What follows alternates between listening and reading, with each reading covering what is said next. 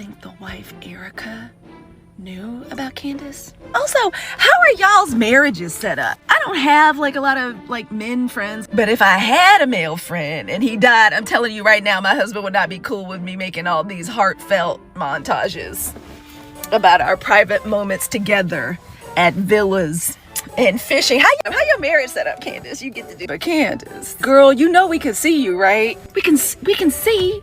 You ain't even gotta explain. I don't want no explainer or anything. I know what I'm looking at. But do y'all think the wife knows?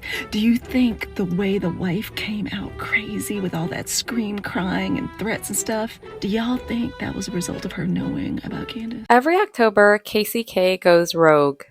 And today is October 1st, so you know what that means. This is Halloween, this is Halloween. Just to be clear, we don't celebrate Halloween. But we do use the month to discuss the topics we normally would find interesting, but not necessarily suitable for this channel. With all that being said, let's skip to our normal intro. In today's business and financial news, let's discuss working with someone of the opposite sex to whom you are romantically and/or physically attracted.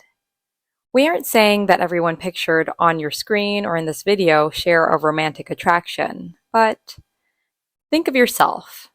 Perhaps there's someone in the office who you find particularly amusing or witty or charming, intellectually stimulating, as well as stimulating in other ways. Or maybe you anxiously check the meeting attendee list before the meeting, hoping that that person attends. Or maybe you ensure you look extra nice for those days that you are both working from the office.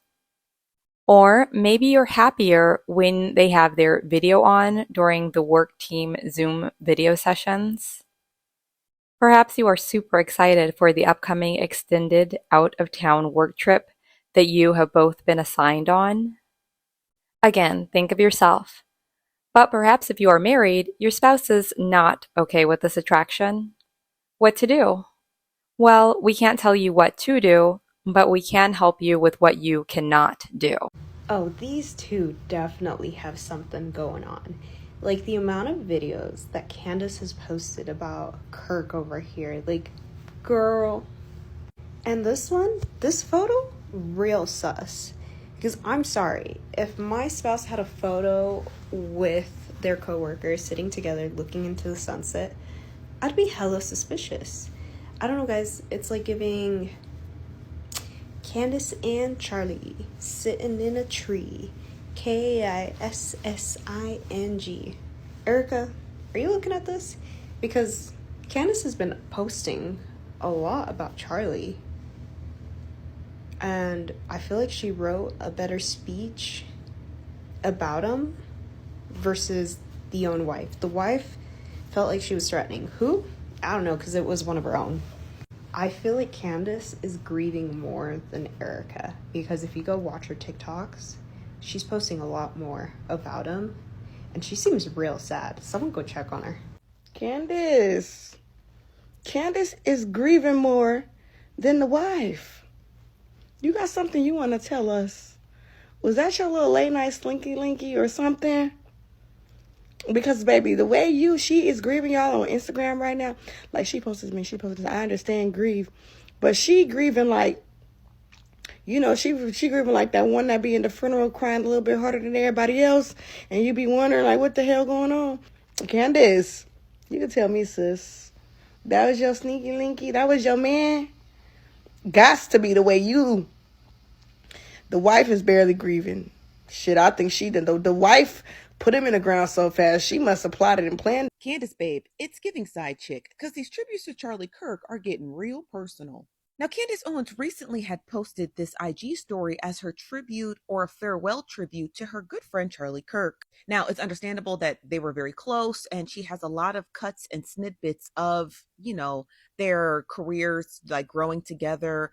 But I'm not going to sit here and try to normalize this, but I do feel bad for her because she lost her friend. That's about it. Now, after she had posted this IG story, people started taking to the comments like, Girl, it's giving side chick. Do you guys remember when Rich Homie Quan had passed away and a bunch of women had came out of the woodwork saying that they had a relationship with him and they missed him and he was like their bestie? That's what this is giving. Like, this is more of a heartfelt tribute from a side piece than we actually saw from his wife. So a lot of people had flooded her comments like, girl, was you the side chick? Because it's very much giving side chick. While others are saying, this was just her friend and she loved him dearly.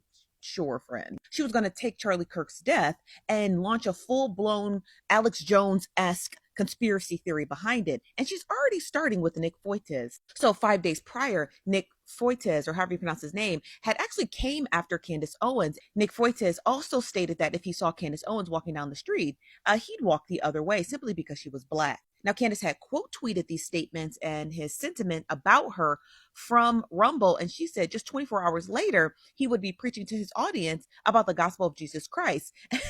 And stop, Candace. In the wake of Charlie's death. So she's basically stating that Nick Fuentes had did like this 180. Now, Candace also stated on her Twitter that she actually had to sit down and talk with a priest because she was so angry. And she honestly doesn't know where the anger is stemmed from. That's why I think she's going to go down this conspiracy theory pipeline. She had also posted about different videos and screen images from the day of Charlie Kirk's killing. And she said, was this person investigated? What about that person? Was that person even looked at? And now she's also laying her conspiracy theories on the FBI and stating that they did not launch a full proper investigation. Now, if Candace Owens posts anything else in regards to her full launch of conspiracy theory investigation into Charlie Kirk's death pops up, I'm going to keep you guys posted. And pray for her, y'all, because apparently she done lost her best eater. He was my best friend. Do you think you are his best friend? Do you think he even saw you as a human being? You will never be these people's equal. You need to wake up and smell the plantation. You need to utilize the mirrors in your house. You're not white. Your head might be so far up these people's bums that you're actually starting to believe you're white. You're not. You're just an object, an instrument that they use to gain leverage over your own kind. A puppet. When they move, you move. Just like that. They disregard you. You think you're their friend? They're laughing at you when you leave the room. They're laughing at you behind your back. According to marriagebuilders.com, there are 5 criteria for off-limit acquaintances of the opposite sex. Easier said, you cannot have the following friends, so you need to keep the following quote-unquote friends or acquaintances or coworkers at arm's length, literally and physically. This is part of a longer online article on marriagebuilders.com. It's written by Willard F. Harley Jr., PhD. That PhD must mean he really knows what he's talking about, right? Anyways, feel free to read the entire article if you so please. We understand that it's 2025, so we realize that there are many different types of relationships. But this video and the article are focused on people married to other people of the opposite sex. So here are William's top 5. No being friends with the following people. Number 1. Any friend of the opposite sex that is not enthusiastically agreed upon by your spouse. So if your spouse isn't a fan of that person and or your relationship or friendship with them, it's a no for you. We have a feeling that this one criteria eliminates over 95% of your opposite sex friends, but Will still has 4 other criteria to review. Okay, do not come for me. I do think that Candace Owens is going to solve anything that she investigates because she is tenacious. However, I'm having some doubts about her and Charlie's friendship, okay? So hear me out, because she likes us to think, and I'm thinking. So, one, I think it was a little tone deaf of her to have, a service the next day after Charlie's death, a memorial on her YouTube of Charlie. And it was mainly about her and Charlie. I personally think that the spouse, the person who married the person, should be the first person to go on any platform and address who he was as a person, okay? So a little tone deaf, but she also put paid promotions in that video, which was weird. She does address this, and when she addressed it, she was like, I don't receive donations. And that was kind of a little poke at Turning Point and Charlie's issue with the Israel, donations they're receiving supposedly. So it would have gone further if she didn't have paid promotions, and yet she still continues to do this, okay? So that's a little weird, okay? Also, I do think that they were good friends at a point, but you know, when you get married and you have kids, friendships kind of fizzle out. And I think that's the stage of life they were in. I don't think that they were besties at this point because, you know, she was not at the memorial service. Now, she says the reason she was not there was because, you know, people didn't want her there. The people, you know, that got her fired from the Daily Wire were going to be there, whatever, or her safety. Okay, the president was there. And also, I don't care. You're not going to prevent me to coming to my best friend's funeral. I don't care. I will take a boat across the Atlantic Ocean. Like, I'm gonna be there, and I would not refuse entry to my spouse's best friend to the funeral, to a service. I would not. Okay, so that's a little weird that she wasn't there. Whatever story she gives, I don't care. It's weird. All right. And the other thing that I find odd is when she did, you know, Candace listened to the memorial speech, and she said that she took solace in knowing that he died peacefully because Erica Kirk addressed that. Well, that's weird. After 11 days, you never got a phone call from Erica Kirk to discuss him. I find it odd that Candace, who's best buddy, did not receive a phone call from Erica in regards to that he died with a smile on his face. Okay, find that odd. Also, I think it's also a little weird. Okay, the whole witch thing, I don't know if you've heard this theory, but apparently these witches put a curse on Charlie, and Erica was really worried about this, had a priest come out, and Candace didn't find this out until Erica addressed this, and I'm like, wait, your best friend got a curse put on them, and a priest came out, and they didn't talk to you? And of course, Candace is like, he should have called me. I knew a good priest. So, on to number 2. Any friend of the opposite sex that has been a former lover. This seems rather straightforward. Dr. Hartley is saying, essentially, no circle back. An ex is an ex for a reason. Is my partner allowed to be friends with their ex? That is a great question. And the answer is, it depends. Are you comfortable with that behavior? And you'll say, well, Jimmy, they call me controlling when I say they shouldn't be friends with someone. They say I don't trust them. Okay, but I also didn't ask that. I asked, are you comfortable with that behavior? Because this is one of those times where you're allowed to have a preference. You are an equal in this relationship. You deserve to have a voice. Sometimes you have to stand up and say, I'm not okay with this, and let that silence hang in the air. I personally believe the healthiest relationships are started by two people who don't mind leaving unhealthy situations. From my personal perspective, no. It's not okay to be buddy-buddy with somebody that you were just sleeping with a year ago. That's not being controlling, not wanting someone to be hanging out alone with that person. That's just being realistic. I'm well aware of how tempting temptation is. And no offense, but you don't strike me as the beacon of self-control. Number 3, any friend of the opposite sex that you know might have had what it takes to trigger a feeling of romantic love, or may have already triggered that feeling in the past. Let's just say that if the person has given you butterflies or a nervous feeling of attraction currently or in the past, again, it's a no for you. I just don't believe that men and women can be friends if they are attracted to each other. It's really that simple. Am I saying men and women can be friends if they find each other attractive?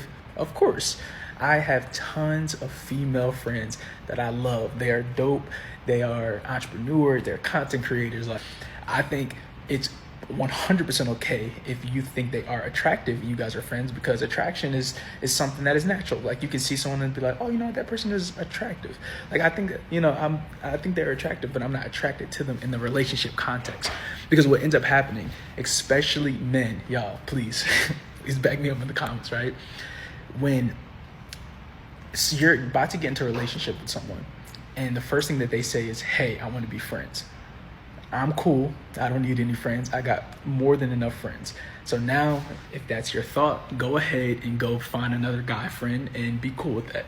Because I think there's a level of respect that comes within a relationship to say, you know what, I'm actually seeking you. I want to learn more about you. And does not mean we're getting married tomorrow. I'm just simply saying that I want to seek you in a different way than I would seek one of the friends that I already have. Like, let's be for real. Like, I'm not saying anything crazy. It's a natural thing to say to her, like, you know what, now if I'm on her and I want her, then I'm going to pursue her in that way. And if not, I'm not. We're going to be friends, and that's cool. But I'm not going to be in this weird middle ground to where we're growing as friends and we're doing the friendship thing, and then I end up getting hurt in the midst of it. And then the woman is, still talking to 4 different guys. Number 4. This is a longer one, but they give some examples.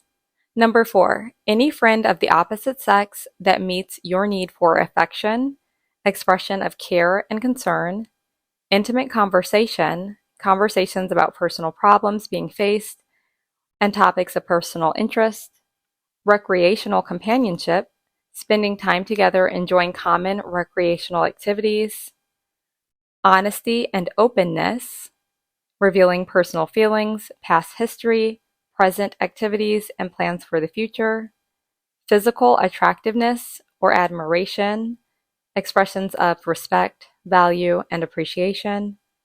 This is especially important when your friend does a better job of meeting your needs than your spouse in any of these areas. In that case, you should drop everything you're doing to immediately fix the problem. I don't think Candace Owens was Charlie Kirk's side piece or a homewrecker.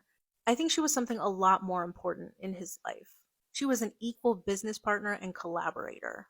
She called herself a mason of Turning Point USA, as in an architect, somebody who built it from the ground up with Charlie Kirk. And I could totally see where people are getting like side piece and homewrecker vibes from, like when you see a man and a woman together, that's what we automatically think. But I could totally believe that neither of them ever had any type of physical intimacy or sexual relationship. But they had something a lot deeper. They had a working relationship to build Charlie Kirk's legacy through Turning Point USA and take over like conservative politics in America. And this is something they both feel is like their God-given mission on this earth that is intermixed with their faith. So it's not just like intimacy in terms of work, but intimacy in terms of like a spiritual mission ordained by God. And that is a profound connection, which I'm sure Erica did not like. But that's the deal, right? Like in that specific type of misogynistic mindset, your wife can never be an equal partner, right? Your wife needs to submit to you. But Candace was never Charlie Kirk's wife. She was a business partner, a collaborator, a legacy builder, a public colleague, a true equal in the field. And that's something a submissive wife can never compete with. And Dr. Hartley ends with his point number 5. You cannot be friends with this person. Any friend of the opposite sex with whom you have a private, personal, and bilateral relationship. What is a bilateral relationship? We'll put it up on the screen when we do the edits. It's private in the sense that conversation is generally one-on-one and sometimes kept secret because the spouse would be threatened in some way by it if it were done with the spouse present. It's personal in the sense that personal information is revealed, especially problems faced in life, along with a willingness to help if needed. And it's bilateral in the sense that both people share information, personal information, with each other and have proven that they have what it takes to help each other. So that's Dr. Hartley's list. So after that list, do you have any opposite sex friendships left? No, ma'am. If so, time to check with No, your spouse ma'am. for their final okay. No, ma'am. You know we can't just take your word for it, right? No, ma'am. Gotta do a little check-in with the spouse to see what they say. Definitely need that final approval from them. That's all for now. Thanks for listening. See you soon.